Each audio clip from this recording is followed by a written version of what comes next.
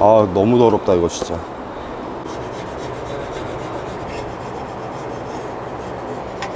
이게 엔진 작업하면 그냥 붙이고 뜯고만 하는 줄로 아시는데 다 이런 것들 해야 돼요. 쉬운 게 없어요 세상. 공정이 잘못되면 누유가 또 찾아올 수도 있죠.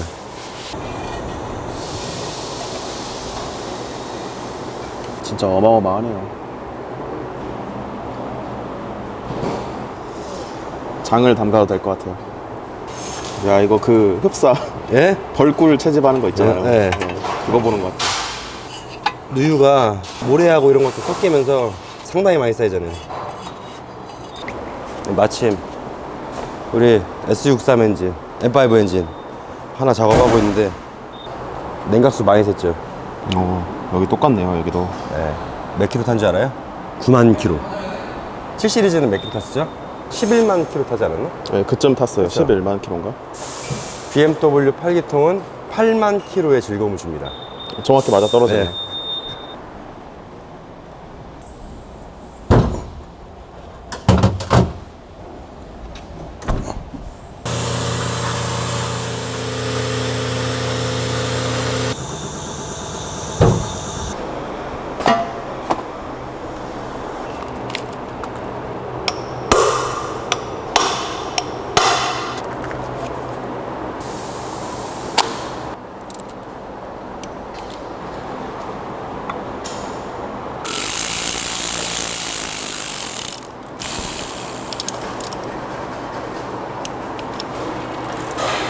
물 건너서 왔습니다.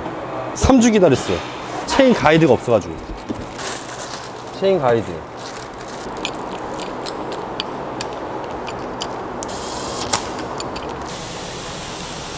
우와, 맴매돼. 잘 어울려요. 굉장히 잘 어울려요.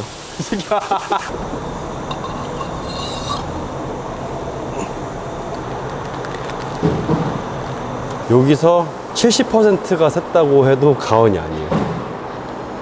결국에는 또 나중에 경화되겠죠. 철제 끝에 아주 얇은 고무 실링으로 돼 있잖아요. 네.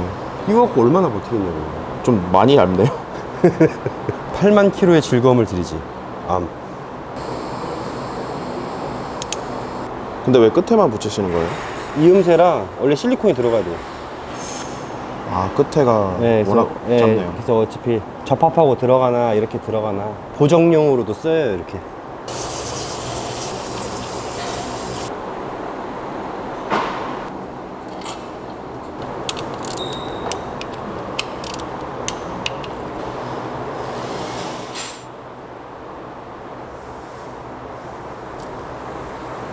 사장님, 네.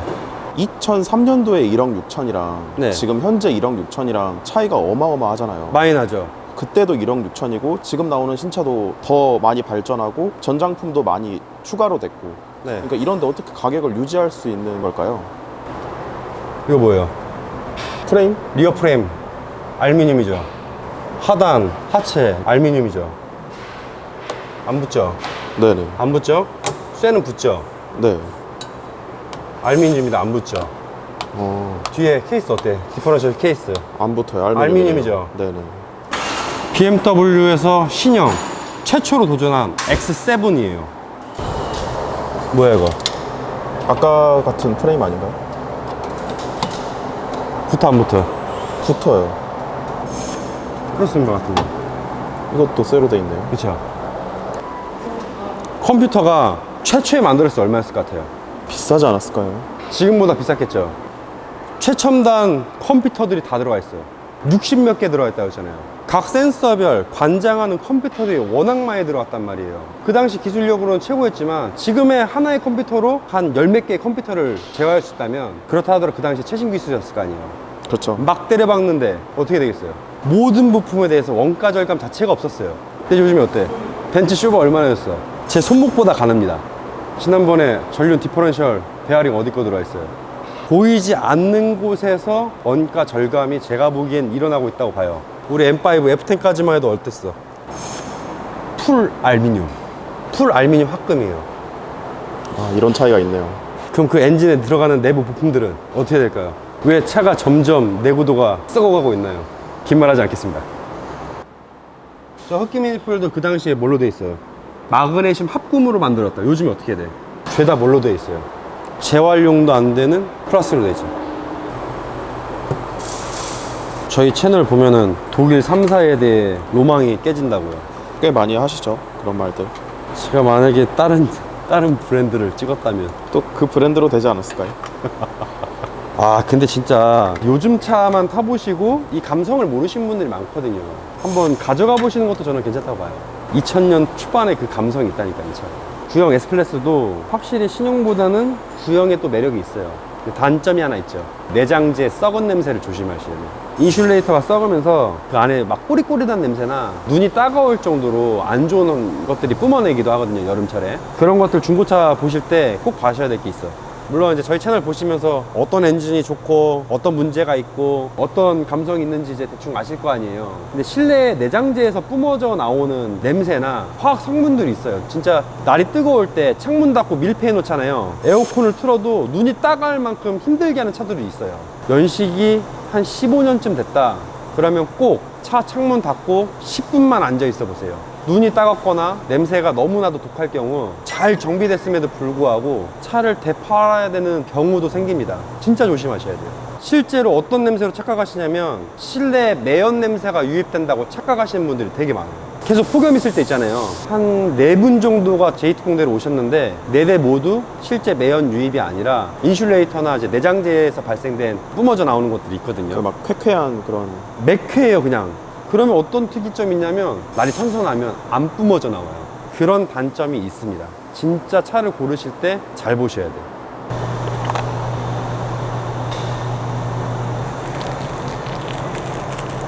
좀 당부하고 싶은 게 필터 클리너가 좀 많이 비싸잖아요. 어디 건지 안 적혀 있더라고요. 아까 뺀 거. 보면 이상한 거 싼 거 자꾸 제일 싼 거. 세상 제일 싼 것만 찾아요.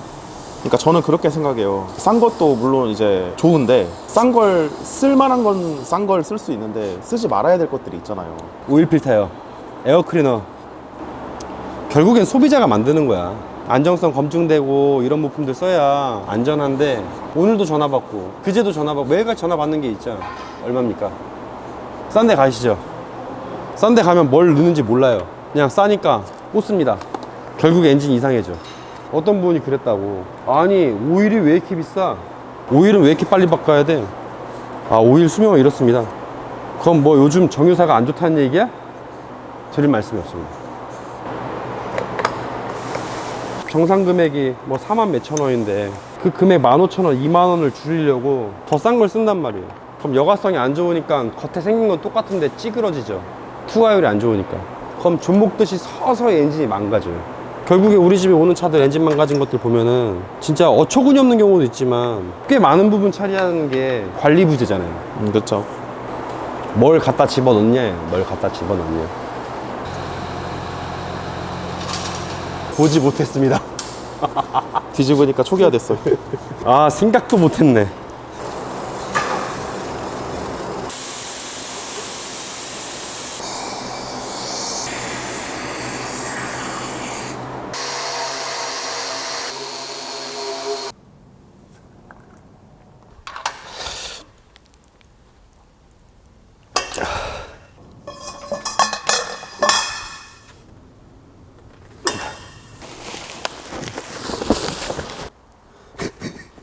(48만 3,500원) 워터펌프요? 박스 봐. 얼마나 노리끼리해 이거. 이거 재고였나 보다. 이거 악성 재고. 웬일이냐 하고 헐레벌떡 주셨겠네. 아니었어. 국내 재고가 없어갖고 오더가 2023년 8월 18일 날 들어갔던 거네. 그때 얘기했죠? 철제 썩어가지고 플라스틱으로 바뀌었다고. 아 그러네요. 개선품이에요.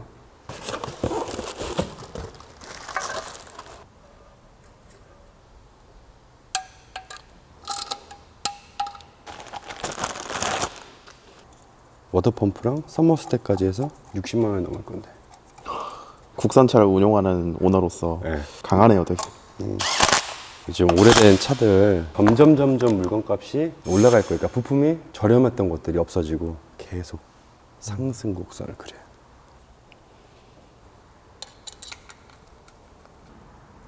실린더 헤드는 밸브 스템실 갈고 밸브 시트면까지 맞춰가지고 수리돼서 왔거든요. 주황색으로. 주황색 보이죠? 네, 보여요. 저게 밸브 스템실이라고 그래요.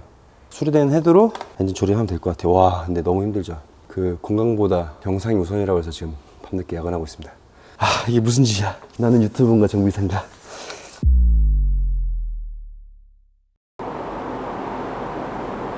제가 말씀드렸죠. 자칫 잘못하면 3주 동안 리프트에 고정된다고요. 일단은 첫 번째로 수입했던 워터펌프가 사양이 안 맞습니다. 두 번째, 실린더 헤드 가스켓이 안 왔어요.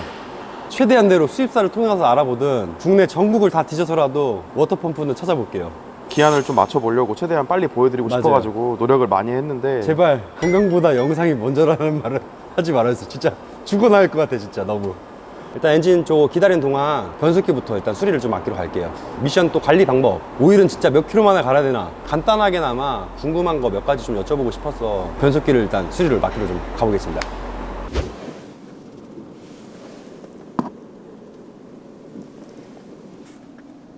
어마어마하다 진짜. 제가 생각했던 그런 규모보다 한 5배는 큰 것 같아요. 기업이라고 봐야 될 것 같습니다. 네, 이거는 정말로. 거의 정식 서비스 센터보다 차가 지금 많은 것 같은데요.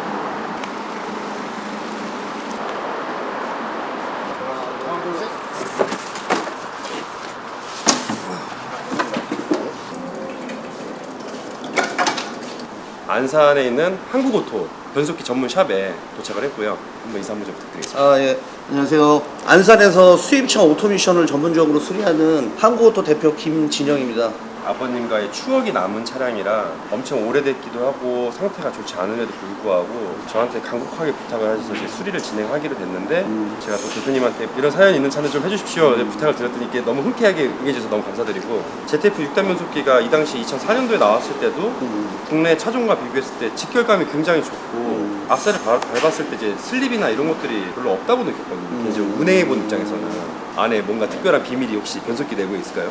지금 현재 차들은 이제 거의 6단이 없잖아요. 다 이제 8단으로 넘어가고 일부 차종에서는 이제 10단까지 이제 나온 차량들도 있는데 지금 이 ZF 6단 차량의 같은 경우는 디스크의 재질이나 하드웨어적인 그런 부품들이 상당히 좀 튼튼해요. 이게.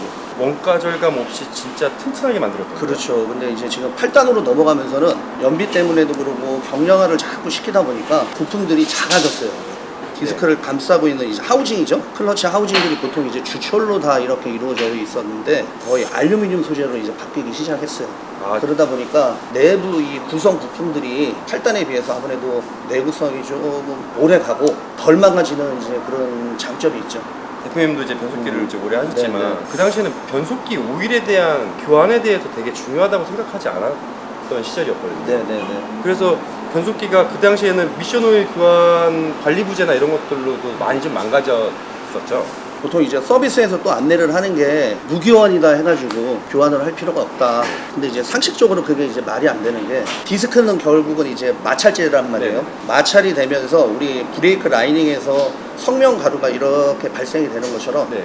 미션 내부에서도 자연적으로 이제 디스크가 마찰에 의해서 붙었다 떨어졌다 하면서 입자가 이제 꼬운 가루들이 네. 발생이 된단 말이에요. 키로수가 쌓이고 운행거리가 점점 늘어나고 서 있는 시간이 많아지고 그러다 보면은 결국은 오일하고 섞이면서 찌꺼기를 걸러주는 오일 필터에 가서 이제 흡착이 되는 거죠. 그러면 이제 무교환으로 계속 이제 안내를 받으셨던 분들은 서비스에서 관리를 안 하고 이제 타시다가 보통 한 15만 뭐 이렇게 되면은 뭐 미션에서 소음이 난다든가 변속 중에 충격이나 슬립이 발생이 된다든가 RPM만 올라가는 그런 문제가 이제 발생이 될 수도 있는 거죠. 아, 그러면 변속기 전문가가 생각하는 미션 오일 교환 주기를 권장한다면 대략 몇 킬로 정도가 될까요?